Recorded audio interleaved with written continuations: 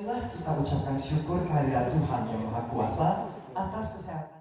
Bertempat di rumah dinas Wali Kota Palembang, Kepala Dinas Pemuda dan Olahraga Kota Palembang Isnaini Madani secara resmi membuka Jambore Nasional Generasi Hijau ke-7 2021.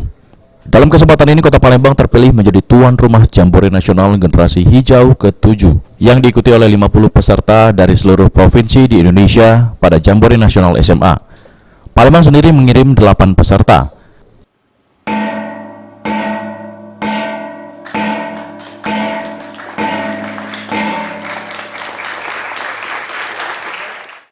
Kepala Dinas Pemuda dan Olahraga Kota Palembang Isnaini Madani berharap generasi muda lebih peduli terhadap masalah lingkungan, sehingga pemuda ini bisa membawa program andalan Wali Kota Palembang, yakni gotong royong ke kancah nasional.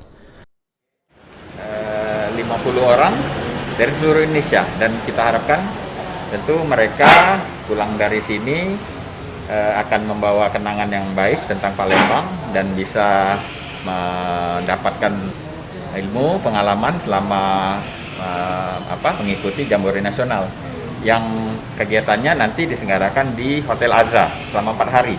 Dari hari ini hari pertama ya, jadi selama 4 hari, dan kita harapkan Jambore ini tentu akan sukses dan tentu akan membawa nama baik Kota Palembang ke kancah nasional. Ya. Kalau dari Palembang ada 8 orang. Kegiatan ini dilakukan selama 4 hari, diantaranya dilakukan di Hotel Azza pembekalan materi kelas, kemudian peninjauan lapangan dan juga FGD. Diharapkan mereka nantinya konsen dan care terhadap lingkungan hidup.